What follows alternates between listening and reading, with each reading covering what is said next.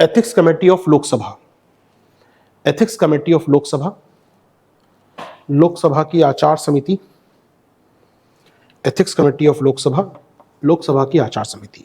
मामला सुनिएगा, हमारे पॉलिटी में काम आएगा ज्ञान आपको ये। एथिक्स कमेटी देखिए, हमारे यहाँ क्या होती है, लोकसभा और राज्यसभा दो हाउस है संसद के, दोनों के जो स्पीकर हैं, मान लीजिए लोकसभा का स्पीकर होता है और राज्यसभा का सभापति होता है, सभापति होता है राज्यसभा में, वहाँ स्पीकर कहते हैं माननीय को हम लोग। तो माननीय स्पीकर साहब का एक अधिकार है कि ये कमेटी की समिति बना सकते हैं, ये समिति बना सकते हैं, इसे नाम दिया जाएगा आचार समिति, एथिक्स कमेटी। ये खुद बनाएंगे, ठीक है। उसमें 15 मेंबर होंगे, लोकसभा से चुने जाएंगे 15 मेंबर, चुने नहीं जाएंगे, नॉमिनेट होंगे बाय स्पीकर हिमसेल्फ, यानी स्पीकर साहब जो बैठे हैं यहाँ पर, बिरला जी मान लीजिए, तो बिरला जी 15 मेंबर्स को, 15 सदस्यों को नामांकित करेंगे इस कमेटी में। उसमें से अध्यक्ष होगा, बाकी मेंबर होंगे इस कमेटी के, ठीक बात है।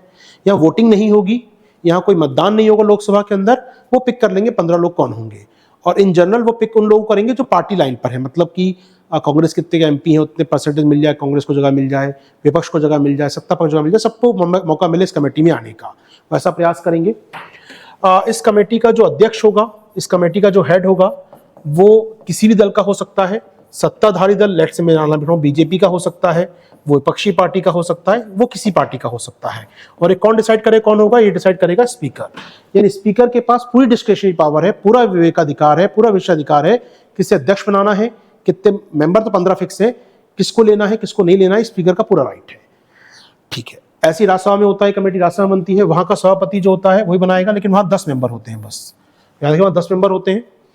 इस कमेटी का जो टेन्योर होता है वो 1 साल का होता है, 1 साल का कार्यकाल होता है इस कमेटी का, चाहे लोकसभा की हो या राज्यसभा की हो, वो कार्यकाल 1 साल का होता है। ये कमेटी करती क्या है, इसका फंक्शन क्या है, कार्य क्या है। एथिक्स कमेटी का मुख्य कार्य है कि कोई सांसद है, उसका आचार, उसका एथिकल कोड ऑफ कंडक्ट कैसा है, क्या वो कोई नीतिगत उल्लंघन तो नहीं कर रहा, नैतिकता वाइज सही काम कर रहा है, क्या वो रिश्वत तो नहीं ले रहा वोट देने के लिए किसी पार्टी विशेष को, या वो कोई सवाल पूछने के लिए कुछ गलत काम तो नहीं कर रहा। यानी जो आचार संहिता है, जो संसद की गरिमा को कम करती है, सांसद की गरिमा को कम करती है, डिग्निटी ऑफ पार्लियामेंट और डिग्निटी ऑफ एमपीज को कम कर रही है, अगर कोई हरकत उसकी, तो उसकी जांच करती है। यानी ये एमपी के खिलाफ इन्वेस्टिगेशन करती हैं, सांसद के खिलाफ क्या करती हैं, ये जांच करती हैं, इंक्वायरी करती हैं। कब जांच करती हैं, इनका काम क्या होता है जांच करने का, जब संसद की गरिमा कम हो रही हो हमारे माननीय द्वारा किए गए किसी कार्य से। जैसे एग्जांपल, पिछली बार एक सांसद मान लीजिए हाउस के अंदर आए थे, ड्रिंक करके आए, तो आरोप लगा था उनके ऊपर, उनकी जांच करनी है। ये एक माननीय साहब, हमारे एमपी साहब हाउस में बैठ के गेम खेल रहे हैं, मान लो मोबाइल के अंदर, ऐसा कोई आरोप लग गया उनके ऊपर। या हाउस में बैठ के आप कुछ कुर्सी उखाड़ के फेंक दिया, आपने किसी को मार दिया, काली मिर्च उड़ा दी हम लोगों ने हाउस के अंदर, अभद्र भाषा का प्रयोग कर दिया यदि कोई, तो ऐसा काम कर रहे हैं जो हाउस की गरिमा को कम कर रहा है, तो निश्चित तौर पर इसका जांच हो सकती है, जांच होगी, एमपीज पर जांच होगी, कौन करेगी, एथिकल कमेटी करेगी। तो हाउस की गरिमा को कम करने वाला कोई भी काम करते तो जांच करेगी। ये जांच किस प्रकार होती है, तो पहले 15 लोग बैठेंगे, जांच में जिसने आरोप लगाया, शराब से गलत किया ये व्यक्ति ने, जिस पे आरोप लगाया वो एमपी आएगा, जिसने आरोप लगाया है वो व्यक्ति आएगा, दोनों को सुनवाई होगी। एक प्राथमिक इंक्वायरी होगी, पहले तो प्राइमरी इंक्वायरी होगी, मामला लगता है कि गंभीर है, पूरी जांच होनी चाहिए, तो प्राथमिक जांच के बाद एक प्राइमरी इंक्वायरी यानी कि प्राथमिक जांच होती है पहले, और प्राथमिक जांच का मामला सही पाया जाता, लगता है कि हाँ और जांच आवश्यकता है, तो इसकी पूरी यहाँ पर पूर्ण जांच होती है। प्राइमरी इंक्वायरी करते हैं, लगता है नहीं मामला झूठा है, ऐसे फंसाया जा रहा है एमपी को, तो खारिज हो जाती है जांच यहाँ पर, और उस एमपी पर कोई एक्शन नहीं होता। अगर प्रीलिम्स इंक्वायरी के बाद, प्राथमिक जांच के बाद लगता है कि और जांच की आवश्यकता है और इसको कुछ चीजें हैं सामने आनी चाहिए, तो उसके बाद पूरी गंभीर जांच होती है। प्राथमिक जांच के बाद मामला खत्म भी हो सकता है और आगे जांच भी हो सकती है, तो फर्दर इन्वेस्टिगेशन हो सकता है। और फर्दर इन्वेस्टिगेशन पूरी होने के बाद रिपोर्ट दी जाती है स्पीकर साहब को। स्पीकर साहब या अगर राज्यसभा में तो सभापति को दी जाएगी रिपोर्ट, सर ये हमने जांच में पाया है। जांच में जो भी फैसला होगा मेजोरिटी से होगा, वोटिंग से होगा, 15 मेंबर वोटिंग करेंगे और उस पर आधार फैसला होगा। उसके बाद अगर जांच में स्पीकर को दी जाती है रिपोर्ट, स्पीकर का ये अधिकार है, ये प्रिविलेज है, ये इसका डिस्क्रिशनरी पावर है कि वो उस रिपोर्ट को संसद में रखना चाहता है या नहीं। स्पीकर को लगता है कि संसद में रखना जरूरी है तो रखेगा, उसको लगता है नहीं रखना मुझे रिपोर्ट को तो नहीं रखेगा। यानी कि ये स्पीकर का पूरा डिस्क्रिशनरी पावर है कि वो उस रिपोर्ट को उस हाउस के अंदर, सदन के अंदर, लोकसभा के अंदर या सभा के अंदर रखना है कि रखना, उसका अधिकार है ये। लोकसभा की कमेटी लोकसभा में रखेगा स्पीकर, राज्यसभा का सभापति राज्यसभा के अंदर रखेगा इसको। ठीक बात है। अब यहां पर जब स्पीकर रखेगा इस रिपोर्ट को हाउस के अंदर, तो डिबेट हो सकती है इसके ऊपर, डिबेट हो सकती है उस एमपी के कार्यों पर, उस एमपी के नैतिकता पर जांच हो सकती है, रिपोर्ट हो सकती है या डिबेट हो सकती है, और उसके बाद उसको हटाने का फैसला या उसको सस्पेंड करने का या उस पर कोई एक्शन लेने का फैसला स्पीकर कर सकता है। हालांकि स्पीकर उसकी सदस्यता खत्म नहीं कर सकता, वो काम राष्ट्रपति के पास है। सदस्यता खत्म करने का अधिकार नहीं है, वो सस्पेंड कर सकता है एक हाउस के लिए, या बोलने का अधिकार बंद करवा देगा, या 6 महीने का सस्पेंड कर देगा, एक सत्र के लिए सस्पेंड कर देगा, वो आप कर सकता है। लेकिन मेंबरशिप रद्द करने का अधिकार किसके पास होगा? ऑफकोर्स वो राष्ट्रपति के पास ही होगा। ठीक है, तो स्पीकर यहां पर हाउस में रिपोर्ट रखेगा, डिबेट होगी उसके बाद। ये होती है एथिक्स कमेटी, जांच करती है, उसका रिपोर्ट आती है। ये हो गई आपकी एथिक्स कमेटी। एक और इस प्रकार की कमेटी और होती है दोस्तों हमारे यहाँ, सिमिलर प्रकार की कमेटी होती है, उसका नाम होता है प्रिविलेज कमेटी। प्रिविलेज कमेटी या इसको बोलते हैं विशेषाधिकार समिति, बिल्कुल सिमिलर प्रकार की है। उसका काम भी काफी हद तक यही होता है, विशेषाधिकार समिति या प्रिविलेजेस कमेटी। अंतर क्या छोटा सा वो जान लीजिए बस, प्रिविलेज कमेटी में और एथिक्स कमेटी में सेम होता है। प्रिविलेज कमेटी में कहूं तो बिल्कुल स्ट्रक्चर सेम है, बिल्कुल स्ट्रक्चर सेम होता है वहां भी। विशेषाधिकार समिति 15 मेंबर 10 मेंबर दोनों हाउस की अलग अलग होती है, 1 साल के लिए होती है, वो सारा काम एक सा है। एक में अलग कमेटी होती है, लेकिन ये बिल्कुल एक सा स्ट्रक्चर होता है। ठीक है, बस इसका अधिकार कहां चेंज क्या होता है, फंक्शन चेंज हो जाता है इसका।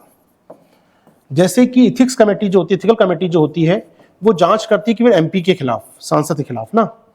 लेकिन जो विशेषाधिकार समिति होती है, मान लीजिए मैं आशीर्वाद, मैं सांसद नहीं हूं, मैं एक नॉन एमपी हूं, मैं एक नॉन एमपी हूं, मैं सांसद नहीं हूं, मैंने कुछ ऐसा बोला जिससे संसद की गरिमा का उल्लंघन हो गया, या मैंने कुछ ऐसा काम किया जिससे सांसद की गरिमा का उल्लंघन हो गया, मैंने कुछ ऐसा किया जो संसद की प्रिविलेज के खिलाफ चला गया, तो भी मेरे खिलाफ जांच कर सकती है कमेटी।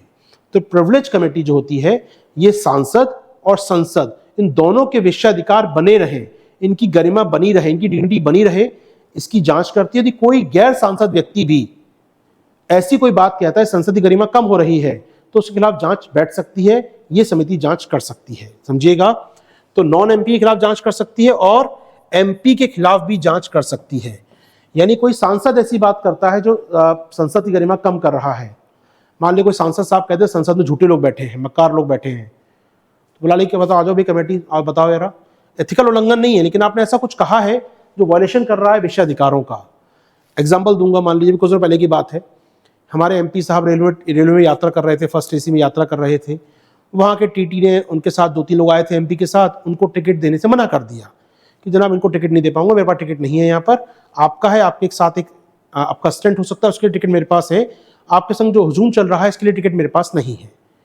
थोड़ी बात आनाजानी हो गई बात में, वहाँ पर एमपी साहब को लगा कि उनके अधिकारों को उल्लंघन हो गया, वो आके स्पीकर से मिलते हैं, स्पीकर से कहते हैं जनाब उस टीटी ने मेरे के अधिकारों को उल्लंघन कर दिया, एक सांसद के अधिकारों को उल्लंघन हो गया। इसके मामले भेज दिए गया प्रिविलेज कमेटी के पास। जो टीटी, जो रेलवे का टीटी है, वो एक सांसद नहीं है, उसके खिलाफ मामला रजिस्टर्ड हो गया प्रिविलेज कमेटी के पास। यानी प्रिविलेज कमेटी सांसद और गैर सांसद दोनों खिलाफ मामले की जांच कर सकती है, यदि मामला जुड़ा है संसद की गरिमा, संसद के अधिकार, सांसद की गरिमा, सांसद के अधिकार के साथ। ठीक है, तो मेंबर ऑफ पार्लियामेंट का प्रिविलेज है या पार्लियामेंट का प्रिविलेज है, इसका दोनों को उल्लंघन हो रहा है, तो आप जा सकते हैं कहां पर, प्रिविलेज कमेटी के पास। से बाकी सेम काम होता है, सारा काम, बाकी पूरा काम सेम होता है, रिपोर्ट आना कहां जाएगी, कैसे होगी, अंतर केवल होगा एथिकल कमेटी और प्रिविलेज कमेटी के अंदर में। अच्छा, इस हफ्ते चर्चा क्यों आई? एक सांसद है हमारी तृणमूल कांग्रेस की मोहिया मित्रा मैम, उनके खिलाफ एक केस आया है, उन पे आरोप लगाया गया है कैश फॉर क्वेरी, यानी सवाल पूछने के लिए वो पैसा लेती हैं, उन पे आरोप लगाया गया है। और चूंकि ये सवाल पूछना, पैसा लेना, ये संसद की गरिमा के खिलाफ है, नैतिकता के खिलाफ है, मामला कहाँ जाएगा उनका, एथिकल कमेटी के पास मामले की सुनवाई शुरू हो चुकी है। ठीक है, तो एथिक्स कमेटी सुनवाई करेगी मामले की महुआ मित्रा मैम के खिलाफ। ठीक है, चलिए, तो यहाँ पर महुआ मित्रा केस है, याद रखिएगा एथिक्स कमेटी अपने काम की है, पीटी पॉइंट ऑफ व्यू से एग्जाम में आ सकता है।